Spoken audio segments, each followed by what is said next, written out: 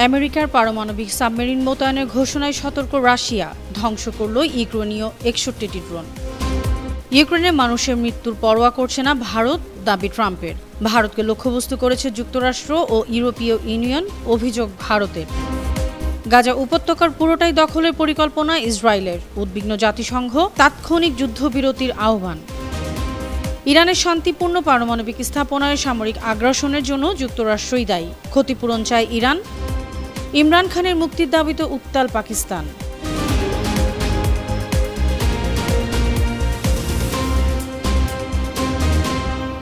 শুনছিলেন সংবাদ শিরোনাম। সবাইকে স্বাগত জানাচ্ছি বিশ্বজুড়ে প্রতিদিনে। বিশ্বের বিভিন্ন প্রান্তের সব শেষ তথ্য জানাতে আপনাদের সঙ্গে আছি আমি অনন্যা চৈতি। রাশিয়ার সরকার মনে করে পারমাণবিক অস্ত্র সংক্রান্ত যে কোনো বক্তব্য খুবই সংবেদনশীল, সবাইকে অত্যন্ত সতর্ক থাকতে হবে। ক্রেমলিনের মুখপাত্র দিমিত্রি পেসকভ বলেছেন, তার দেশ এ ধরনের বক্তব্যে প্রতিক্রিয়া দিতে চায় না, তবে পরমাণু অস্ত্র নিয়ে যে কোনো আলোচনায় সবাইকে দায়িত্বশীল আচরণ করতে হবে। এ ধরনের বিবৃতি পরিস্থিতিতে উত্তপ্ত করে তুলতে পারে। গেল শুক্রবার এক ভাষণে ট্রাম্প জানান, রাশিয়ার সাবেক প্রেসিডেন্ট দিমিত্রি মেদভেদেভের একটি হুমকিমূলক মন্তব্যের জবাবে তিনি উপযুক্ত এলাকায় দুটি পারমাণবিক সাবমেরিন মোতায়েন করেছেন।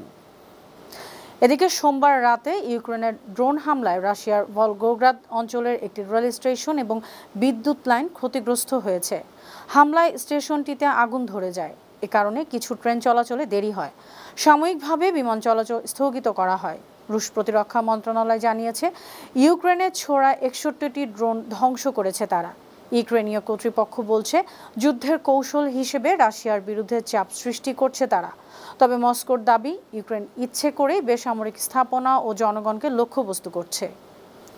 ট্রুথ সোশ্যালে সোমবার রাতে যুক্তরাষ্ট্রের প্রেসিডেন্ট ডোনাল্ড ট্রাম্প লিখেছেন, ভারত যে শুধু রাশিয়া থেকে বিপুল পরিমাণে তেল কিনছে তা নয়, বরং মুনাফার জন্য তারা কেনা তেলের বেশিরভাগ অংশ খোলা বাজারে বিক্রিও করছে।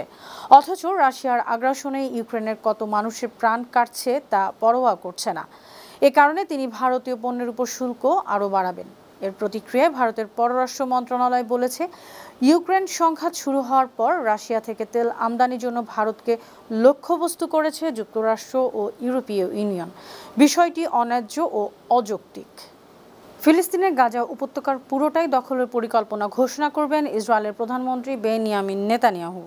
গতকাল সোমবার এমন প্রতিবেদন প্রকাশ করেছে ইসরায়েলি সংবাদ মাধ্যম জেরুজালেম পোস্ট, চ্যানেল 12, ওয়াইনেট ও i24 নিউজ।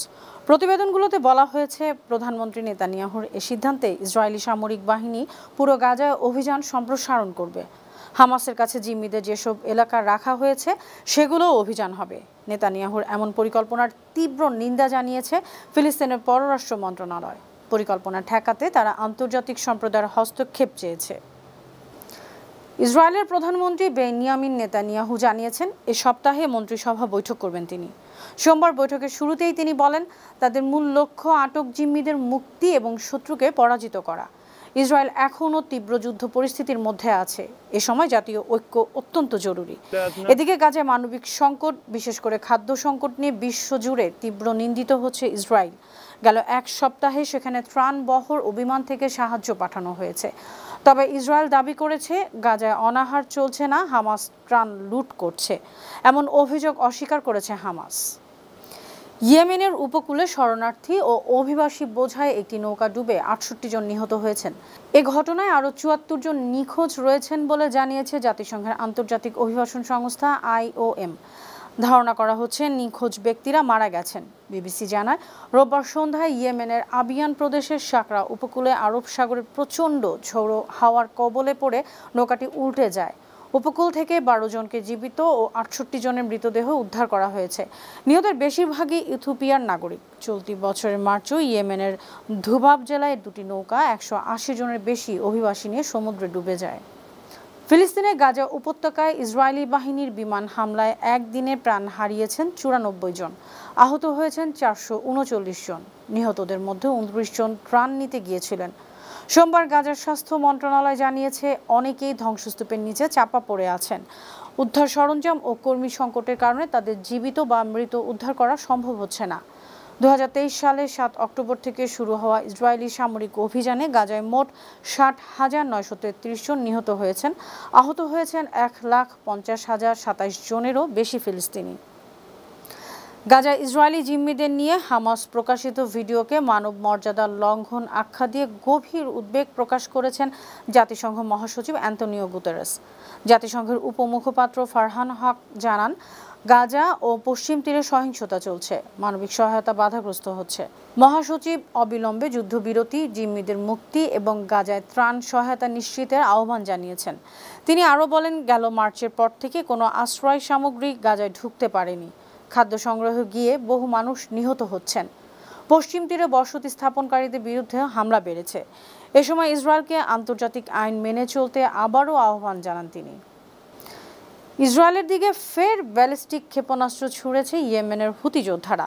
তবে ইসরায়েলি প্রতিরক্ষা বাহিনী দাবি করেছে হামলাটি প্রতিহত করা হয়েছে। এতে কেউ হতাহত হয়নি। মঙ্গলবার ইসরায়েলি ডিফেন্স ফোর্স IDF জানিয়েছে, হামলার পরপরই সতর্কতা হিসেবে বিভিন্ন এলাকায় সাইরেন বাজানো হয়। সোমবার এক টেলিভিশন ভাষণে হুতি গোষ্ঠীর সামরিক মুখপাত্র ইয়াহিয়া সারি বলেছিলেন, ইসরায়েলের 3টি সামরিক অবস্থানে তারা ড্রোন হামলা চালিয়েছে।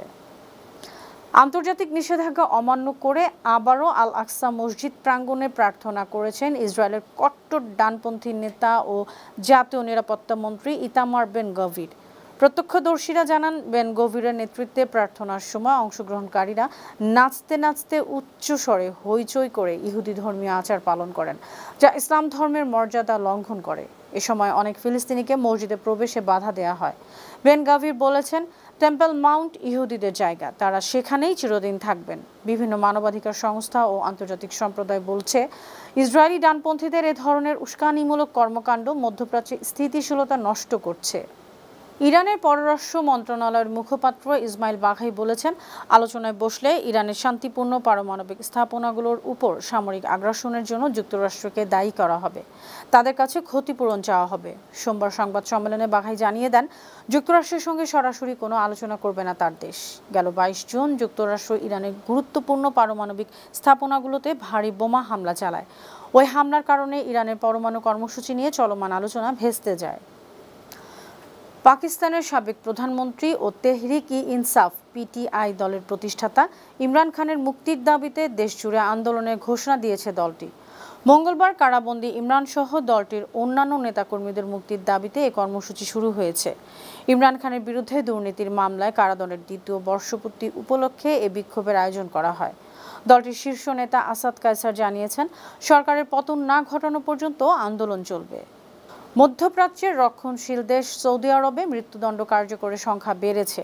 সোমবার দেশটিতে নতুন করে আরও 2 জনের মৃত্যুদণ্ড কার্যকর করা হয়েছে। এ নিয়ে মাত্র 3 দিনেই দেশটিতে মৃত্যুদণ্ড কার্যকর হলো 17 জনের।